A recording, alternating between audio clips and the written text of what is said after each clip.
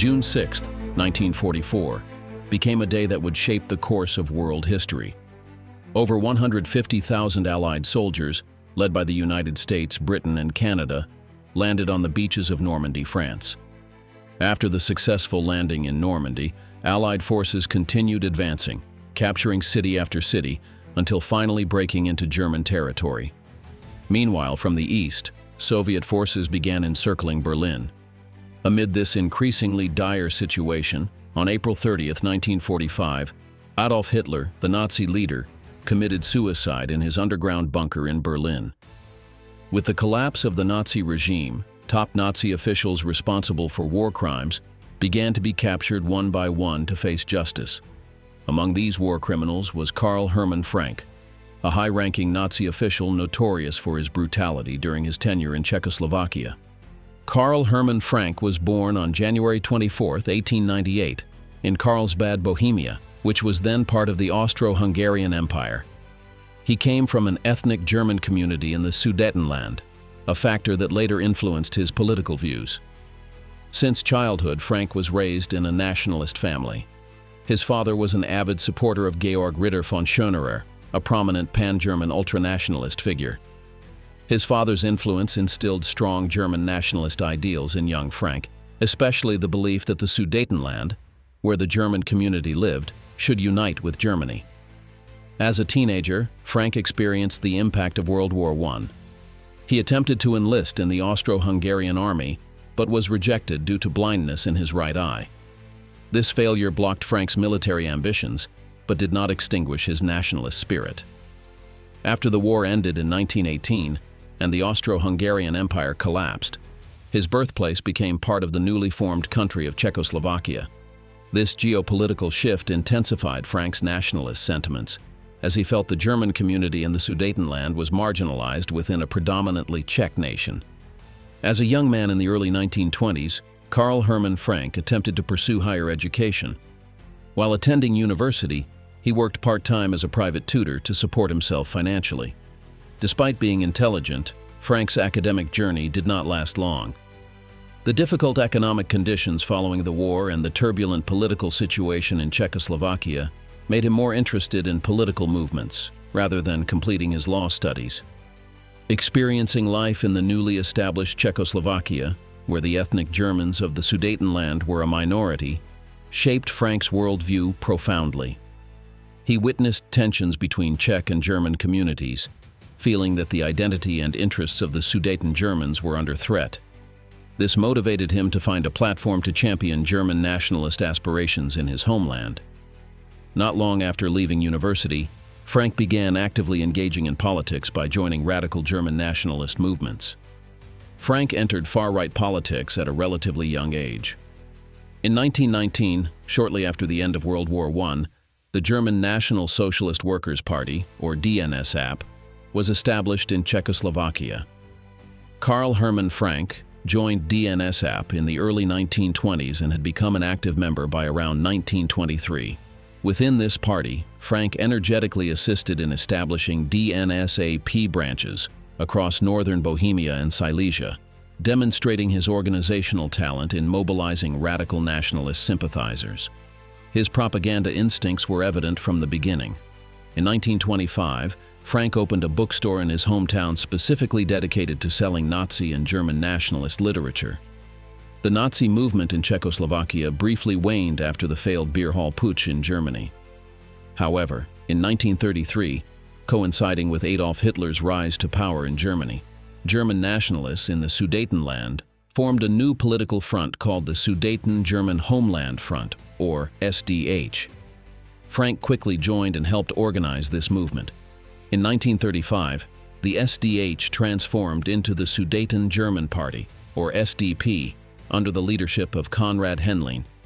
Karl Hermann Frank held a crucial position as head of propaganda and public relations, utilizing his skills in mass agitation. Frank's political career rose rapidly. In 1935, he was appointed deputy chairman of the SDP and was elected as a member of the Czechoslovak parliament, representing the Sudeten region. He developed close ties with the Reich in Berlin, including Heinrich Himmler, the head of the SS. thus becoming an essential liaison between the Nazi movement in Germany and the Sudeten Germans in Czechoslovakia. When the Sudeten crisis peaked and Adolf Hitler pressured European allies to permit annexation, Frank was one of the key figures orchestrating provocative actions on the ground as a pretext for German intervention. This culminated with the signing of the Munich Agreement in September 1938, through which Nazi Germany annexed the Sudetenland. As a reward for helping Hitler's Lebensraum expansion without significant resistance, Karl Hermann Frank was awarded the position of Deputy Gauleiter, or Deputy Nazi Governor, of the Sudetenland under Konrad Henlein. He officially became a member of the Nazi Party and joined the SS on November 1, 1938. Following the annexation of the Sudetenland, Czechoslovakia quickly fell apart. In March 1939, German troops occupied the remaining territories of Bohemia and Moravia, establishing the Protectorate of Bohemia and Moravia under the control of the German Reich. Karl Hermann Frank followed the Nazis into Prague, obtaining strategic positions. He was appointed State Secretary for the Protectorate of Bohemia-Moravia, becoming the right-hand man of Reich Protector Konstantin von Neurath. At the same time, with Heinrich Himmler's approval, Frank was also appointed higher SS and police leader in the Protectorate region. Holding these two positions simultaneously made Frank the second most powerful figure in Bohemia-Moravia, after von Neurath, and the commander of all Nazi security forces in the region. As State Secretary and head of the police, Frank enforced a brutal policy of repression against any seeds of Czech resistance. He advocated harsh measures against underground resistance leaders. However, his iron-fisted approach was temporarily hindered by his superior, Konstantin von Neurath, whose style of governance was more moderate and cautious. This situation changed dramatically in late 1941, when Adolf Hitler decided to impose stricter control in Bohemia-Moravia. Von Neurath was removed from active duty and replaced by Reinhard Heydrich. Under the Heydrich-Frank duo, the Protectorate of Bohemia and Moravia experienced unprecedented escalations of terror. They implemented a ruthless regime. Thousands of Czechs suspected of anti-German sentiment were arrested, hundreds were executed without trial, and the deportation of Czech Jews to concentration camps intensified. On May 27, 1942, the situation shifted dramatically when Reinhard Heydrich became the target of Operation Anthropoid and subsequently died from the attack a few days later. After Heydrich's assassination, SS General Kurt Daluege was sent from Berlin to serve as acting Reich protector in his place. Although Frank was not appointed head of the administration, he remained in his key positions as State Secretary and SS police leader in the Protectorate.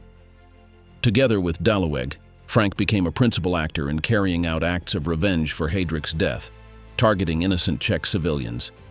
The Nazi revenge for Reinhard Heydrich's assassination reached its horrific climax in the village of Lidice. On June 10, 1942, under the command of Kurt Daluege and Karl Hermann Frank, SS and police forces surrounded Lidice, accusing the village of involvement in Heydrich's killing. Within a short period, Lidice was annihilated. 173 men were executed. Approximately 184 women and 88 children were deported to concentration camps. Only a handful of Lidice children, those with blonde hair and blue eyes, survived as they were adopted by German families. After exterminating or deporting its inhabitants, the village was burned, and the ruins flattened by bulldozers. Weeks later, another small village named Ležáky was similarly destroyed due to alleged links with underground resistance radio operations. All adult inhabitants of Ležáky were executed, and the children were sent to camps. As Nazi Germany approached its collapse in May 1945, Karl Hermann Frank realized his fate was sealed. On May 9, 1945, one day after Germany's unconditional surrender, Frank attempted to flee the wrath of the people of Prague and the advancing Soviet troops from the east.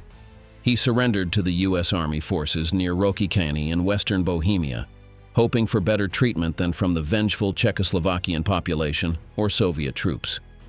However, in accordance with Allied agreements, the Americans soon handed Frank over to the authorities of newly liberated Czechoslovakia. In Prague, Frank was imprisoned and prepared to stand trial for the war crimes he had committed. After a series of trials, during which witnesses and victims testified, Karl Hermann Frank was found guilty of war crimes and crimes against humanity. The court subsequently sentenced him to death. On the morning of May 22, 1946, he was executed by hanging in the yard of Pankrak prison in Prague. Frank's execution became a public spectacle, attended by thousands, with approximately 5,000 people crowding the area around the prison to witness the end of the notorious former Nazi ruler.